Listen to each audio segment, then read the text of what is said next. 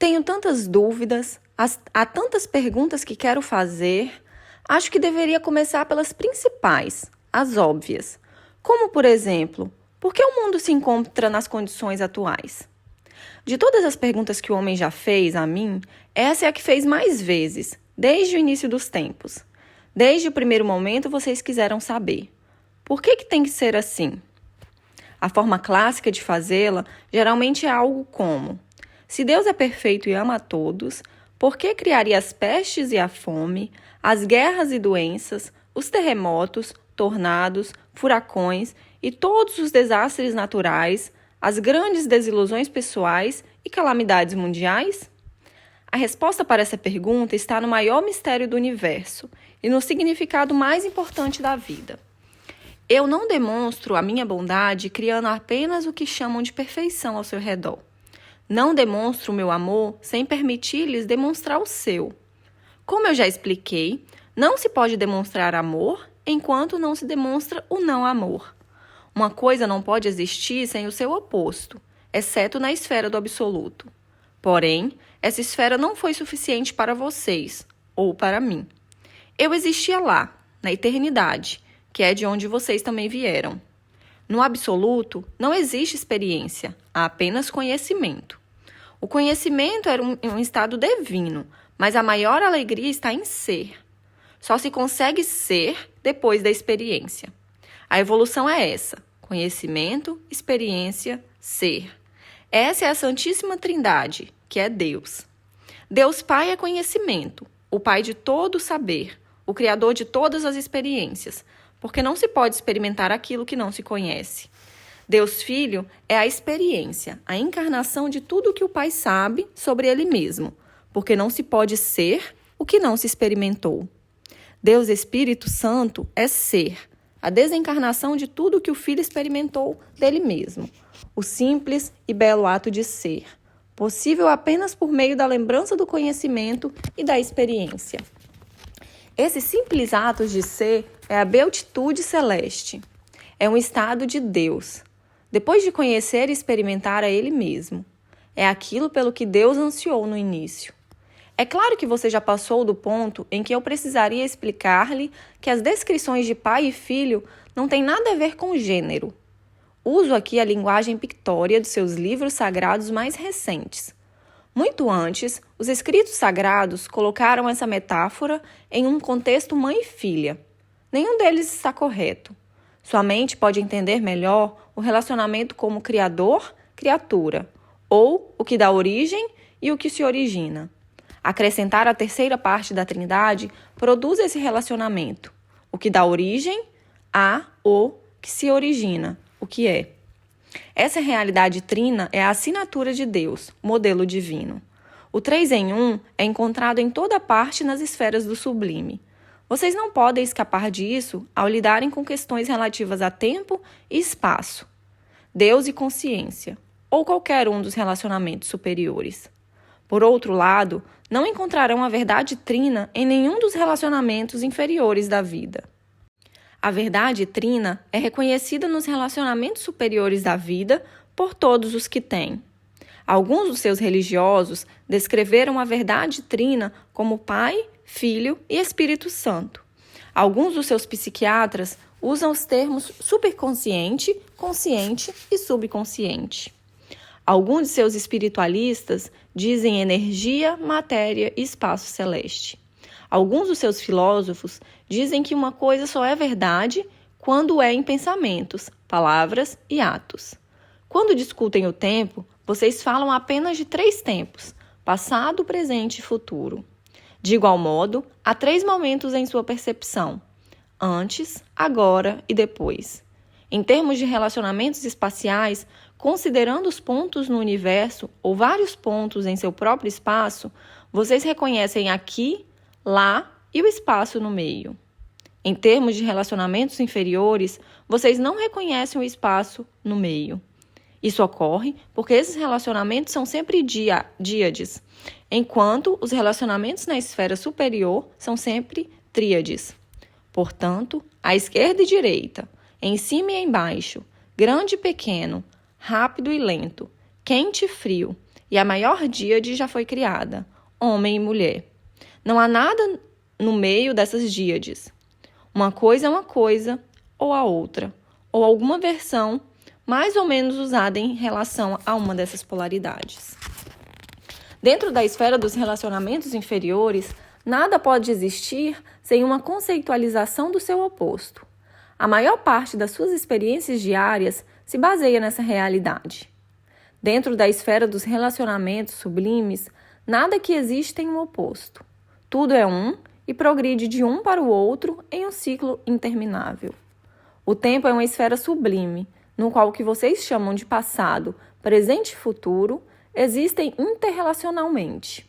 Isso é, não são opostos, mas sim partes do mesmo todo, desenvolvimentos da mesma ideia, ciclos da mesma energia, aspectos da mesma verdade imutável.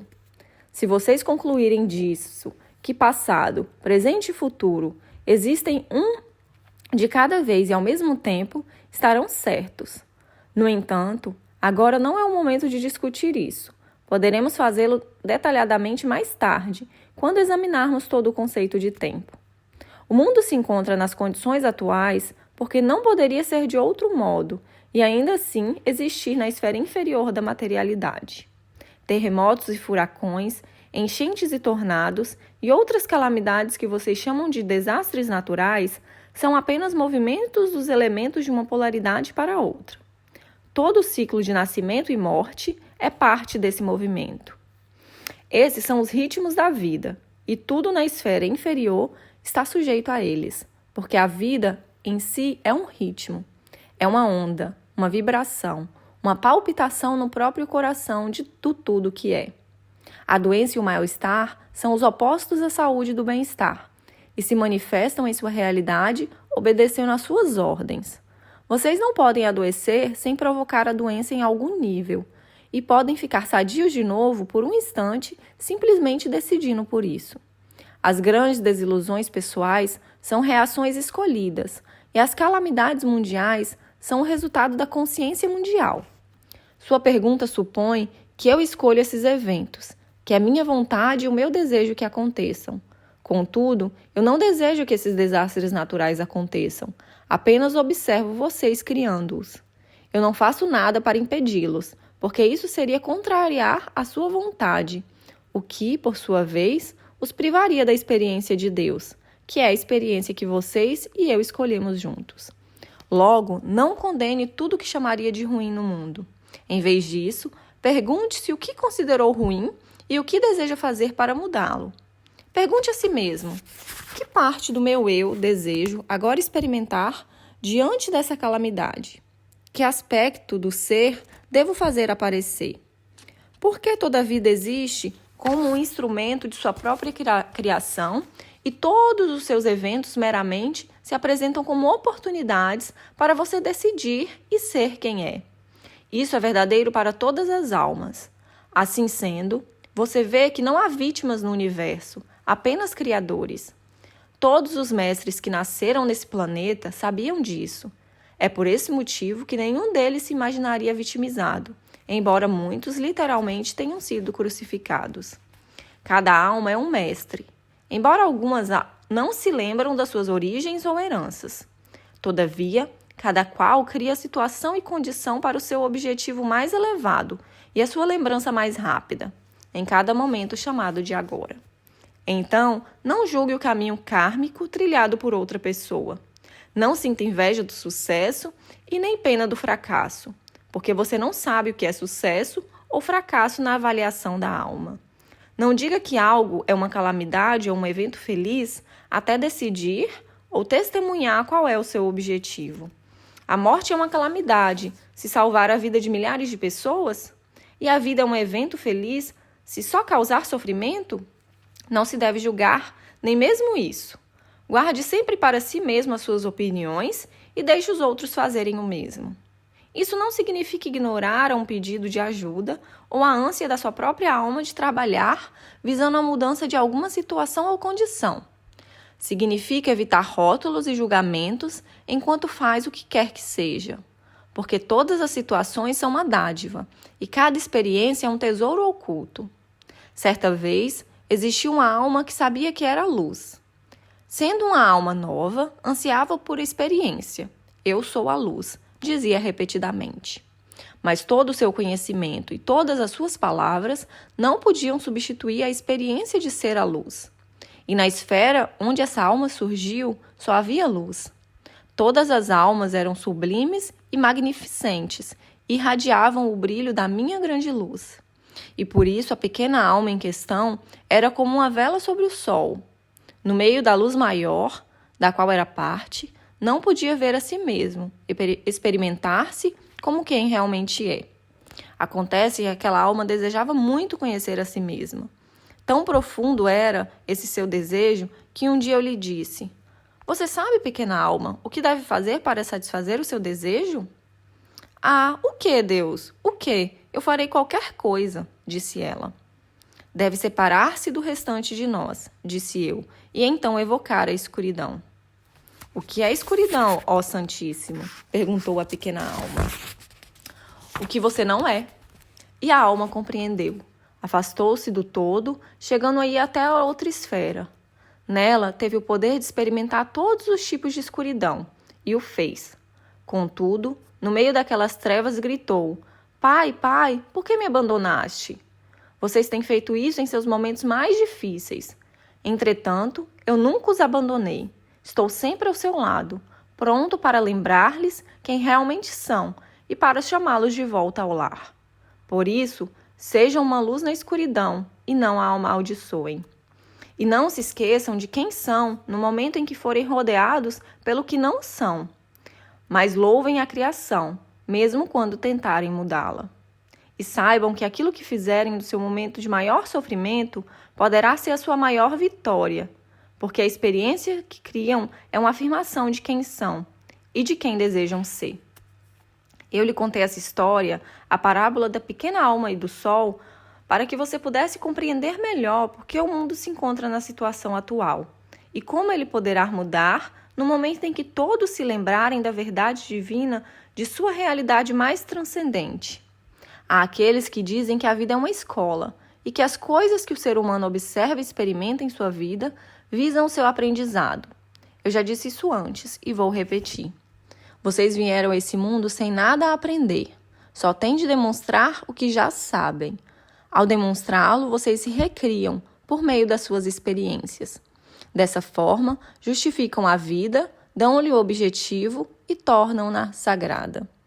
O Senhor está dizendo que todos os eventos ruins que nos acontecem foram escolhidos por nós? Quer dizer que até mesmo as calamidades e os desastres mundiais são, em algum nível, criados por nós para que possamos experimentar o oposto de quem somos? E se for assim, não há um modo menos doloroso para que nós mesmos e para os outros de criar as oportunidades e nos experimentarmos? Você fez várias perguntas e todas são boas. Vamos responder uma de cada vez. Não, nem todas as coisas que lhe acontecem e que chamam de ruins são escolha de vocês. Não no sentido consciente, que é aquele ao qual você se refere. Todas elas são criações suas. Vocês estão sempre envolvidos no processo de criar, em todos os momentos, todos os minutos, todos os dias. Como podem criar, veremos mais tarde. Por enquanto, aceite apenas a minha palavra. Vocês são uma grande máquina criadora e produzem uma nova manifestação tão veloz quanto o pensamento. Ocorrências, condições, situações, tudo isso é criado pela consciência. A consciência individual é muito poderosa. Podem imaginar o tipo de energia criativa que é liberada quando 2 ou mais pessoas se reúnem em meu nome. E a consciência das massas? É tão poderosa que pode criar ocorrências e situações de importância e consequências mundiais. Não seria certo dizer, não do modo a que você se refere, que vocês escolhem essas consequências. Não as escolhem mais do que eu as escolho. Como eu, vocês a observam e decidem quem são em relação a elas. Entretanto, não há vítimas e nem algozes no mundo. E você tampouco é uma vítima das escolhas dos outros. Em algum nível, todos vocês criaram o que dizem que detestam e, por conseguinte, o escolheram. Esse é um nível avançado de pensamento que todos os mestres atingem mais cedo ou mais tarde. Porque somente quando eles aceitam a responsabilidade por tudo é que podem e têm o poder de mudar parte disso. Quando você nutrir a ideia de que algo ou alguém fazendo isso com você não terá o poder de fazer nada a respeito. Somente quando disser, eu fiz isso, poderá ter o poder de mudá-lo. É muito mais fácil você mudar o que está fazendo do que mudar o que os outros estão fazendo. O primeiro passo para mudar qualquer coisa é saber e aceitar que você escolheu o que ela é. Se não puder aceitar isso em um nível pessoal, admita-o por meio da sua compreensão de que nós somos todos um. Tente então criar mudança, não porque algo está errado, mas porque não é mais uma afirmação exata de quem você é. Há apenas um motivo para fazer alguma coisa, uma afirmação para o universo de quem você é. Usada desse modo, a vida passa a criar o eu. Você a usa para criar o seu eu como quem você é e quem sempre desejou ser. Também há apenas um motivo para desfazer alguma coisa. Ela não ser mais uma afirmação de quem você deseja ser.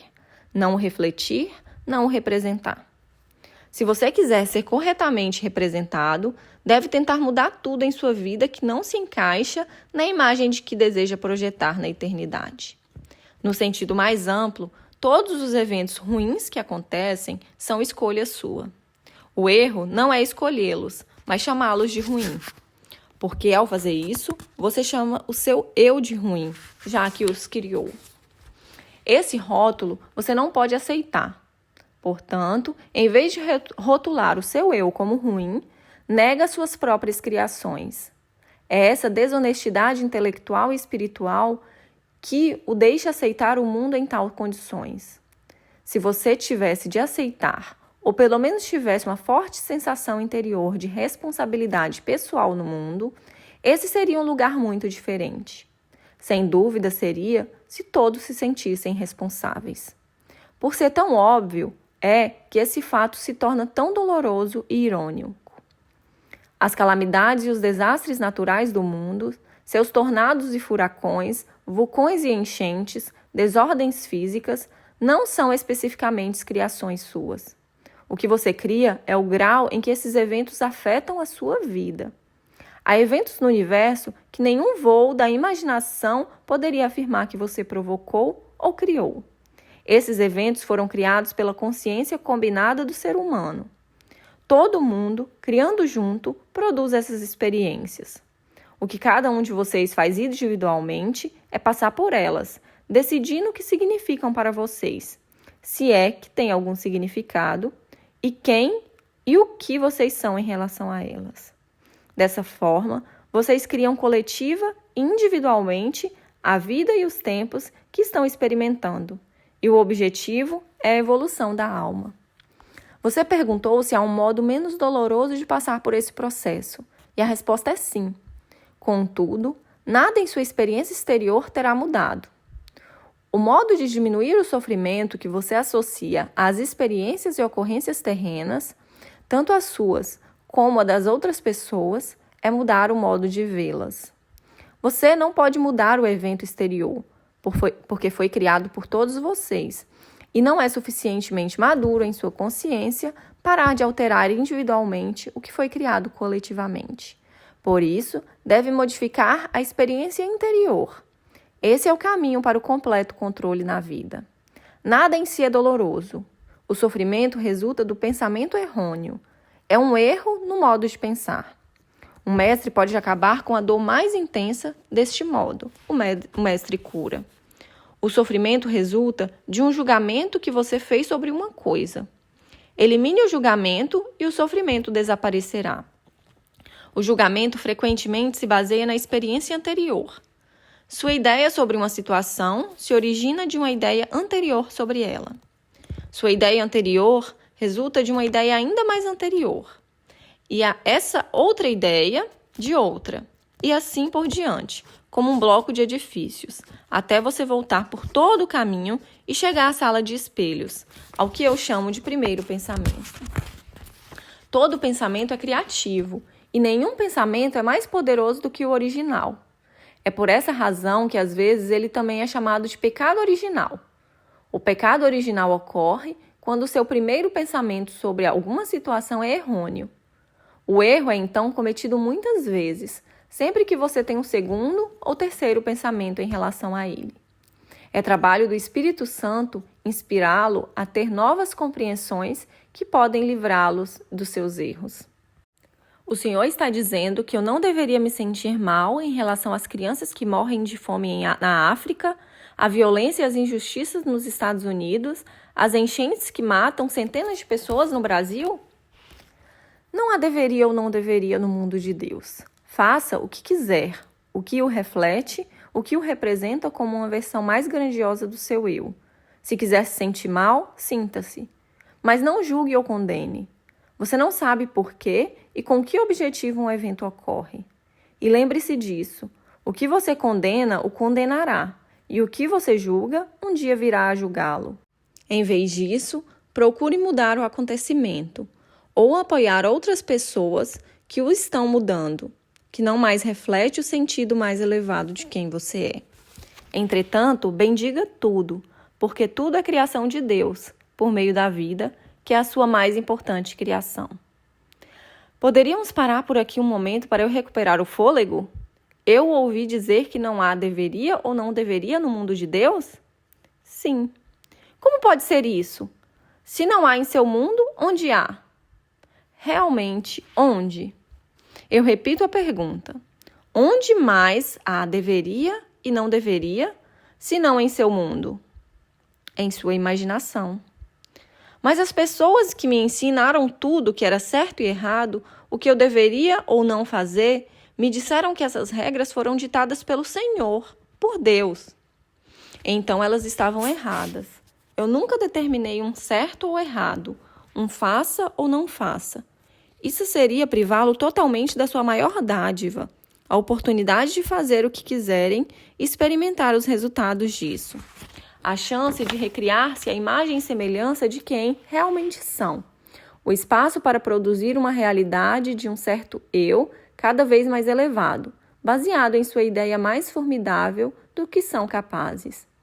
Dizer que alguma coisa, um pensamento, uma palavra, um ato, é errada seria o mesmo que dizer-lhe para não fazê-la. Isso seria proibi-los, restringi-los, negar-lhes a realidade de quem você realmente são, assim como a oportunidade de criar e experimentar essa verdade. Há aqueles que dizem que eu lhes dei o livre-arbítrio, mas essas mesmas pessoas também dizem que se vocês não me obedecerem, eu os mandarei para o inferno. Que tipo de livre-arbítrio é esse?